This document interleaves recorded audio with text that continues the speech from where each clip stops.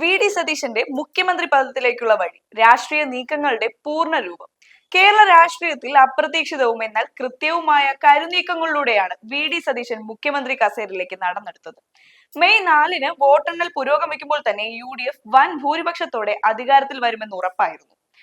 100-ലധികം സീറ്റുകൾ നേടി മുന്നണി കരുത്തുകാട്ടിയതോടെ ഭരണ നേതൃത്വത്തിനായി വി.ഡി. സതീശൻ, രമേശ് ചെന്നിത്തല, കെ.സി. വേണുഗോപാൽ എന്നീ പ്രമുഖ കേന്ദ്രങ്ങളെ കേന്ദ്രീകരിച്ച് അണിയറ നീക്കങ്ങൾ സജീവമായി.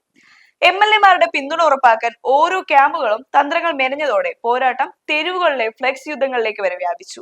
ഹൈക്കമാൻഡ് നിയോഗിച്ച നിരീക്ഷകർ തിരുവനന്തപുരത്തെത്തി ഓരോ MLA-മാരെയും വ്യക്തിപരമായി കണ്ട് അഭിപ്രായം തേടിയത് നിർണായക വഴിത്തിരിവായി.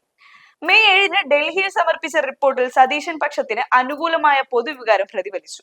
എന്നാൽ സീനിയോറിറ്റിയും മുൻകാല പ്രവർത്തനങ്ങളും മുൻനിർത്തി രമേശ് ചെന്നിത്തലയും അവകാശവാദം ഉന്നയിച്ചതോടെ തീരുമാനം ഹൈക്കമാൻഡിന് വിട്ടു. രാഹുൽ ഗാന്ധിയുടെയും മല്ലികാർജുൻ ഖാർഗെയുടെയും സാന്നിധ്യത്തിൽ ഡൽഹിയിൽ നടന്ന മാരത്തൺ ചർച്ചകളിൽ നേതാക്കൾ വിട്ടുവീഴ്ചയില്ലാത്ത നിലപാടുകൾ സ്വീകരിച്ചത് പ്രതിസന്ധി സൃഷ്ടിച്ചെങ്കിലും ഒടുവിൽ ജനവികാരവും MLA-മാരുടെ പിന്തുണയും സതീശന് തുണയായി. അവസാന ഘട്ടത്തിൽ സോണിയാഗാന്ധിയുടെ വസതിയിൽ നടന്ന ചർച്ചകളും AK ആന്റണി ഉൾപ്പെടെയുള്ള മുതിർന്ന നേതാക്കളുടെ ഇടപെടലുകളും വി.ഡി. സതീശന്റെ സ്ഥാനാരോഹണത്തിന് വഴിതെളിയിച്ചു. മെയ് 13-ന് നടന്ന രാഹുൽ ഖാർഗെ കൂടിക്കാഴ്ചയിലാണ് അന്തിമ തീരുമാനം കൈക്കൊണ്ടത്.